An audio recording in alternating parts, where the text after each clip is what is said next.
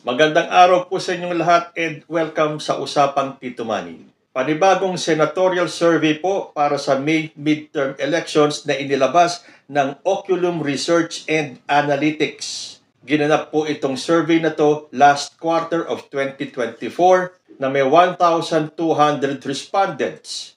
Pero bago po kayo magsabi ng fake news na naman itong Oculum, alamin niyo po muna, baka naman sakaling pumasok na yung inyong mga kandidato. Pero bakit ba lahat na lang ng survey firms sinasabing fake news, lalo na ng mga DDS? Magmula sa Pulse Asia, SWS, Tangeray, Okta Research, lahat po na naglabas ng senatorial survey binansagang fake news ng mga DDS. Porke ba wala pa rin yung inyong mga kandidato, fake news na? Ang mga survey pong ito ay survey lang. Nasa taong bayan pa rin naman po kung sino ang iboboto nila. Kahit pa paano ito naman kasi ay nakikita natin yung trend kung sino ang pasok at kung sino ang hindi. So kung fake news man ito o hindi, bahala na po kayo sa buhay nyo. So dito po sa Oculum Research, meron po silang top 25. And we're going to start from the bottom going up to number 1. Nag-aagawan po sa pwestong 24 to 46 si Jimmy Bondoc at si Bonifacio Bosita. Sa slot na 21 to 23, nandiyan po si Chavit Singson at si Philip Salvador. Mag-aagawan naman po sa pwestong 20 to 23, Rodante Marcoleta, Chavit Singson at si Philip Salvador. Sa slot number 16 to 20, nandiyan po si Bam Aquino, si Francis Tolentino, si Francis Pangilinan at si Willie Ong. Magtutunggali naman sa pwestong 12 to 17, si Benhur Abalos, Gringo Onasan, Lito Lapid at si Amy Marcos. Sa pwestong 9 to 12, it's anybody's ball game para kay Willie Revillame, Ping Lacson, Camille Villar at si Abi Binay. Para sa pwestong 4, 5, 6, 7, and 8, labo-labo naman po si Pia Cayetano, si Bongo, si Bato de la Rosa at si Manny Pacquiao. Pwede naman magpalitan sa pwesto sa pagka number 2, 3, and 4 si Ben Tulfo, si Bong Revilla at si Tito Soto.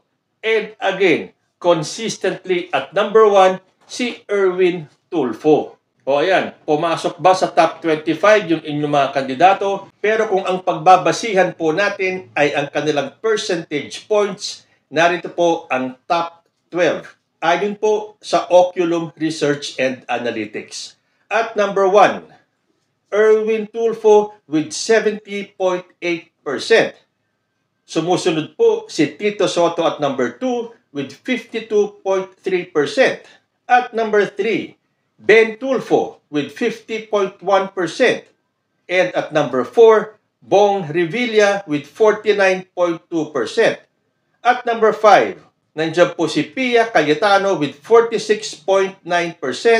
At number 6 with 46.3%, Manny Pacquiao. Number 7, Bongo with 44.4%. Followed by Bato de la Rosa at number 8 with 43.8%. At number 9, Abi Binay with 40.3%. Sumusunod si Ping Lacson with 39.2%. At number 11, Camille Villar with 37.5%. At yung last sa top 12, Willie Revillame with 36.2%.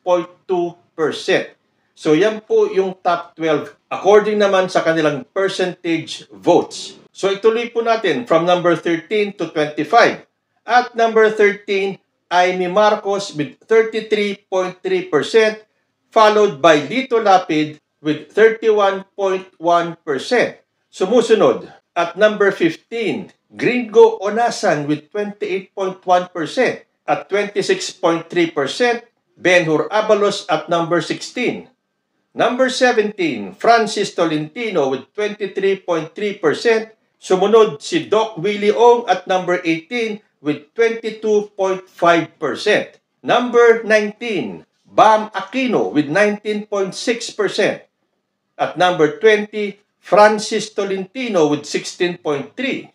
At ito ang last 5. At number 21, Rodante Marcoleta with 14%. Sumunod si Philip Salvador with 12.8%. At number 23, Chavit Singson with 11.3%. Pero alam po natin, nag-back out na po si Chavit Singson sa senatorial race. And last two, at number 24, Bonifacio Bosita with 7.1%. And at number 25, Jimmy Bondoc with 4.2%. So dun po sa top 12, naunahan pa ni Willie Revillame si Amy Marcos, with Willie Revillame garnering 36.2% and Amy Marcos with 33.3%. So doon po sa top 12, namamayagpag pa rin po ang mga kandidato ni President Bongbong Marcos. We have Erwin Tulfo, Tito Soto, Bong Revilla, Pia Cayetano, Manny Pacquiao, Abby Binay, Ping Lacson, and Camille Villar. So, 8 po sa 12 slots. At ang natitirang 4 na hindi kasama sa lineup ng administrasyon, Ben Tulfo, Bongo, Bato de la Rosa, and Willie Revillame.